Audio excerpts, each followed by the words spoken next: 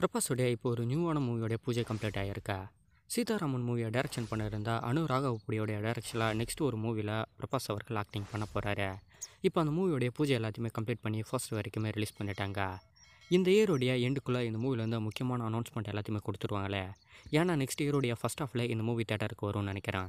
ஒரு ஹிஸ்ட்ரியை பேஸ் பண்ண உண்மை சம்பவத்தோடைய பெஸ்ட்டாக தான் இந்த மூவியை தயாரிக்கிறாங்களே. அதுவும் ஃபுல் அண்ட் ஃபுல் ஒரு லவ் ஸ்டோரி கலந்த ஹிஸ்ட்ரி பேஸ்டான ஒரு மூவியாக இந்த மூவி இருக்க போதுன்னு நினைக்கிறேன். ரீசெண்டாக ஒரு போஸ்டர் கூட அது போல தான் ரிலீஸ் பண்ணியிருந்தாங்க.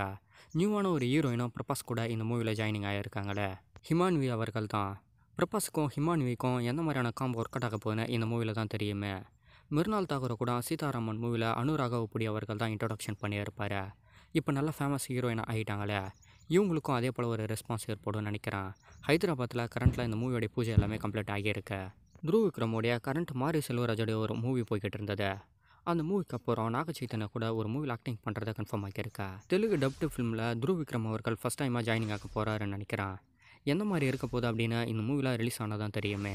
அருண் விஜயோடைய ஆக்டிங்கில் ஆகஸ்ட் 15க்கு எதிர்பார்த்துக்கிட்டு இருந்த மூவி தான் வணங்கான் மூவி.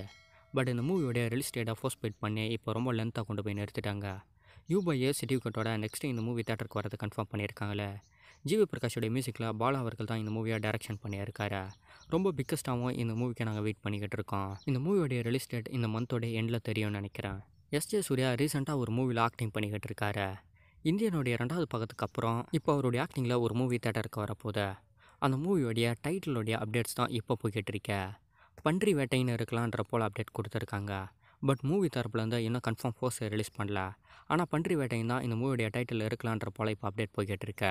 இந்த மந்தோட எண்டுக்குள்ளே எஸ்.ஜே. சூர்யாவுடைய நெக்ஸ்ட் மூவியோடைய டைட்டிலான இந்த பன்றி வேட்டை அப்படின்ற டைட்டில் போஸ்டரோடு ரிலீஸ் ஆகிறதுக்கு நிறைய வாய்ப்பு இருக்குது.